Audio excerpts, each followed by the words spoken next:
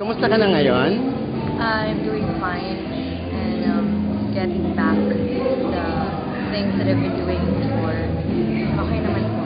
Oh, so ano na mga hakbang nyo ngayon? Para sa kaso or ano ba? I already leave it to the lawyer. For now, hindi ko pa po, hindi pa po nasisimulan yung trial.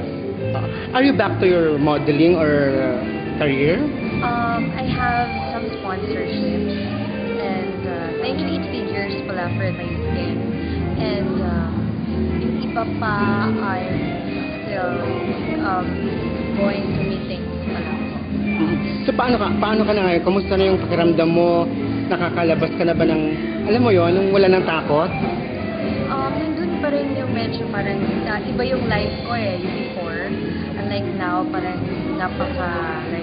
may public yung life ko ngayon. So medyo nandun pa rin yung parang hindi ako sanay sa ganun life. But things are getting okay. Are you moving on or are you doing counseling? Ano ba? I just stick on what I want in life, especially my goals. So, in that way, nagiging positive ako lalo. Then, i-involve ko yung sarili ko sa mga makakatulong sa akin. Like, I'm doing foundation even before. So, I'm doing charities now. And then, doing paintings. And then, sooner or later, I'll also involve myself into sculpting. And then going back to designing and styling. So, I think yun yung mga nakakatulong sa akin para bumalik ulit sa ganun. Are you in contact with Cedric now?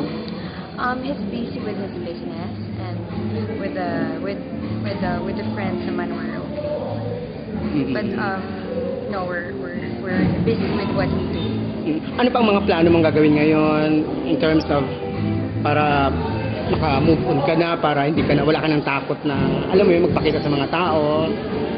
Anong plano mong gawin para yung malinis yung pangalan mo, yung gano'n? Paano mo gagawin yun? Makilala lang po nila kung sino talaga ako. And let's respect everyone's trial. Ika nga. Hindi naman ito ang highlight ng buhay ko. So there is this board naman what na mag-decide. And I think that we have to focus on not judging people. And yun, yung sino po talaga ako. Thank you. Kuna lang sa picture.